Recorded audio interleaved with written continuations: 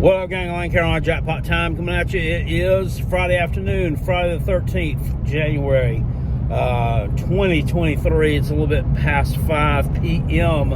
And I'm going to talk and speak on what's on the title of the video here in just a sec. That's the subject of the video. But I wanted to put a pin in something real quick. Yesterday's video about the Talking Vols show over on YouTube. Now, I've got mixed reviews on that. I knew that I would get some pushback from that, especially from the Tennessee fans over here on the channel. And hey, I get it. All the pushback I get comes from them. All the ones who agree with me are basically not Tennessee fans. So it is what it is. But I'm just going to tell you this. Look it. You guys can like whatever you want to. You can watch whatever YouTube channel you want to. I'm just here to inform you. I'm just here to give my opinion. It's really not my business what you do, how you spend your time, and I'm not going to besmirch you for that. So if if that's who you want to watch and you think it's cool, you think it's informative, I mean, by all means, be my guest. I was told that Booger Bentley is making a living now doing YouTube. And that's great. That's great. Hope he keeps that resume shined up, though. Hope he keeps that shined up because I have a feeling he's going to need it because road is not that good. Okay, and to the individual over there, I can't remember what his name is. You know who you are over in the comment section. His show is 100 times better than yours. Well, yeah, that's your opinion. That's your opinion, and I happen to disagree. And also, so happens to disagree the 11,000 plus subscribers over here at the Carolina Jackpot channel, and umpteen people who tell me that I'm their favorite YouTuber. I'm not here to toot my own horn, but toot. I've developed a bit of a following, and it does. I'll tell you, it does kind of chap your ass a little bit, and and I'm not going to say that I'm jealous, but I'm just, I got a little bit, well, perturbed, I guess you'd say. This fool is getting, $500 super chats and this kind of crap like that, especially, if it's somebody that you think's an asshole. And I think he is, and he's getting this kind of stuff, and really that channel hasn't been around that long. I've been rocking it the long way for at least 8-9 years over here on YouTube. I ain't got nowhere near to be able to quit my job to go do it at full time. So, yeah, I mean, it kind of sticks in your crawl a little bit that some Johnny come lately can come around and gain that kind of following. Yeah, but you know what? I will just go ahead and say he can unpolitely go fuck himself. Sorry about that, Mom. Sorry. Mom is watching the channel now. She subbed to the channel, and she doesn't like all the cursing that I do. Told me I need to tone it down a bit, and I'm trying. I really am. I'm trying, and I know that it's also not acceptable just to, blurt out an expletive, like telling somebody they can, unpolitely go fuck themselves, and then turn right around and say, sorry, mama, and that be acceptable. I mean, once you say sorry, you have to really make a conscious effort to try to not say things like unpolitely go fuck yourself. So I'm not going to do that anymore. And also, you'll be happy to know that will be the last time that the Talking Vols channel will be mentioned here on the Carolina Jackpot channel by me. Period. Done with them. Okay? And moving on from that. So, Dabo makes a huge splash hire. Well, first of all, he fires his offensive coordinator, Brandon Streeter. This guy was a quarterback at Clemson. He's been with the program for 15 years. Fired him, man. Fired him. First of all, with that, I hate to see, and I'm not throwing stones at the guy, and yes, it's a tater. It's just, you hate to see somebody get fired. Let's run into a bus jump. But, I blame Dabo for this. I mean, this guy probably never should have been promoted to offensive coordinator. Dabo should have went out and made a big-time hire when Tony Elliott left, instead of promoting this guy from within, who obviously was not ready to take on that role. So I blame Dabo But Dabo probably didn't want to fire him.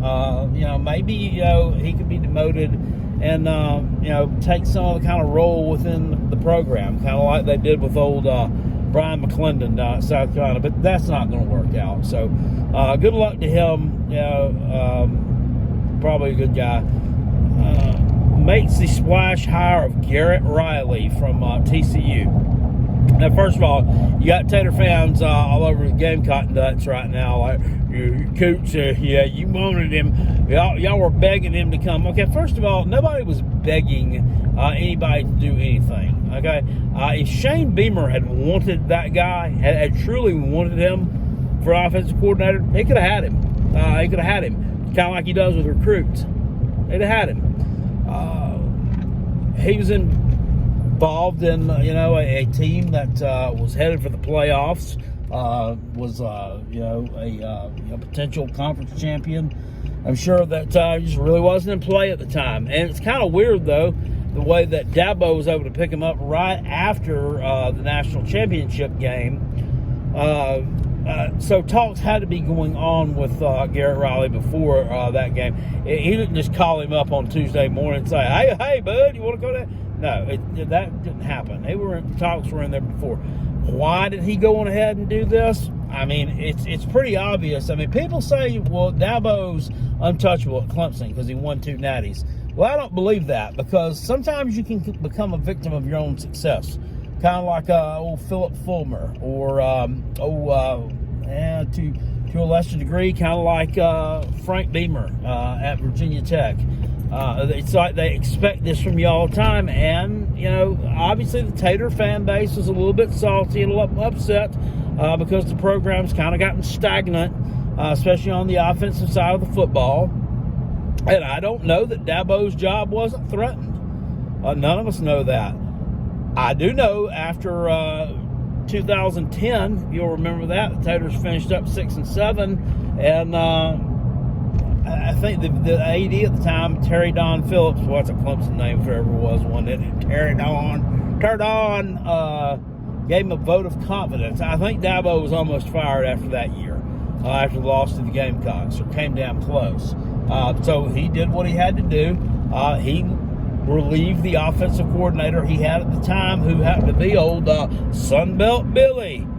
And he hired Chad Morris from, I believe SMU at that time. And he comes in and just, takes full advantage of players like Taj Boyd, like Sammy Watkins, like Nuke Hopkins, who was the running back then. His last name was McDowell. I can't remember what his name was. He was okay. Players like that. I mean, and he took, he had a kind of a, I won't say fun and gun, but it was a fast-paced type offense that's, it wasn't a gimmick offense, but it was more suited, a more spread type offense, more so than what they were running. And it really worked well for them. It's almost like Dabo went back to 2010 yesterday and made some of those kind of big boy decisions. I mean, I guess I applaud him for it. Things weren't going to get any better. They were not going to get any better.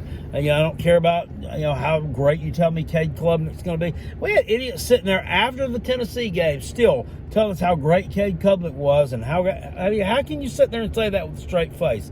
I mean, when he put up a paltry 14 points on Tennessee's third string, and Tennessee was terrible pass defensive wise this year. I mean, you can't sit there and say that with a straight face and actually believe it when you're saying it out of your mouth. So it was a good hire by doing it. Now, I mean, should the rest of college football be scared? I mean, I don't know. I mean, it remains to be seen what Garrett Riley can do against teams with legitimate defenses.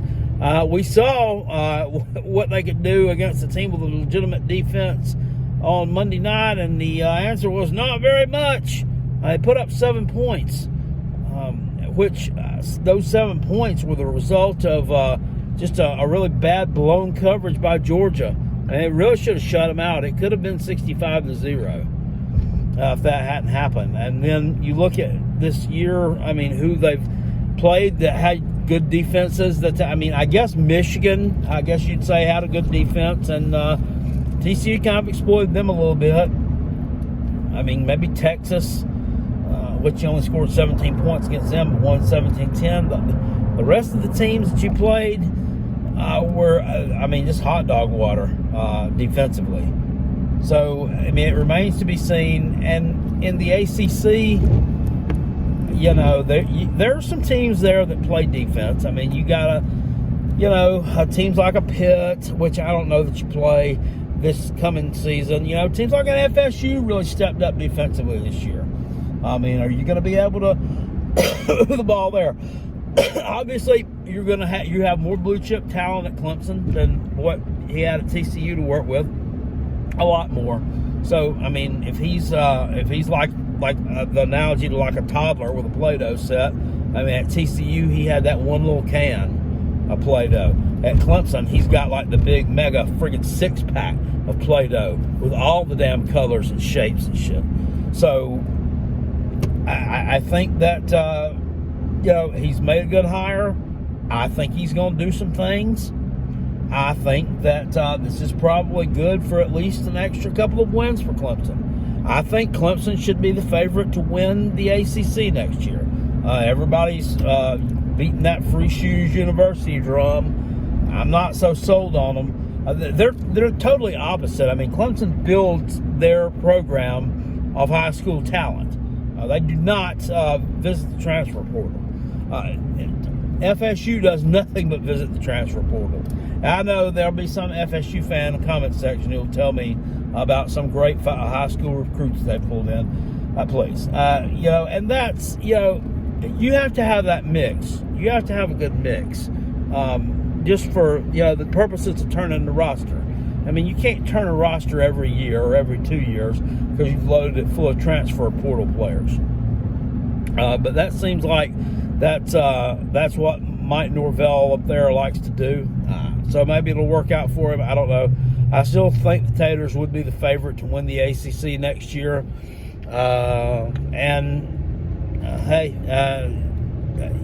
Return to the college football playoffs again? Maybe. I don't know. And I still think defensively you got to play a little bit better. Last year, Clemson's defense was not... The numbers were good, but relative to the talent on that side of the ball, I think you underperformed. And say what you want to about how smart he is, how great of a protege of whoever the fuck he was. This Wesley Goodwin is not... This former Arizona Cardinals coffee fetcher for the head coach is not... he's nowhere near on a Brent Venables level as far as from intensity to intensity, X's and O's wise. It just the whole nine. Yeah, he's not a Brent Venables clone. Maybe that's what they were told. He was a Brent Venables clone. He's not. He's not a Brent Venables clone. I just think that unless that side of the ball also gets shored up a little bit, I think college football playoffs is a bit of a stretch for you. But I think you'll win your crappy conference again, and we'll see where it goes from there. Garrett Riley, as far as his future goes, is a bright young guy, looks like 33 years old. He has a future as a college football head coach, I'm sure, if he wants it. Now, hopefully we don't see him get over here and get in that Dabo cult, where he just hangs on to coordinators for years and years and years, and for some reason they stay, and it almost seems like they like it.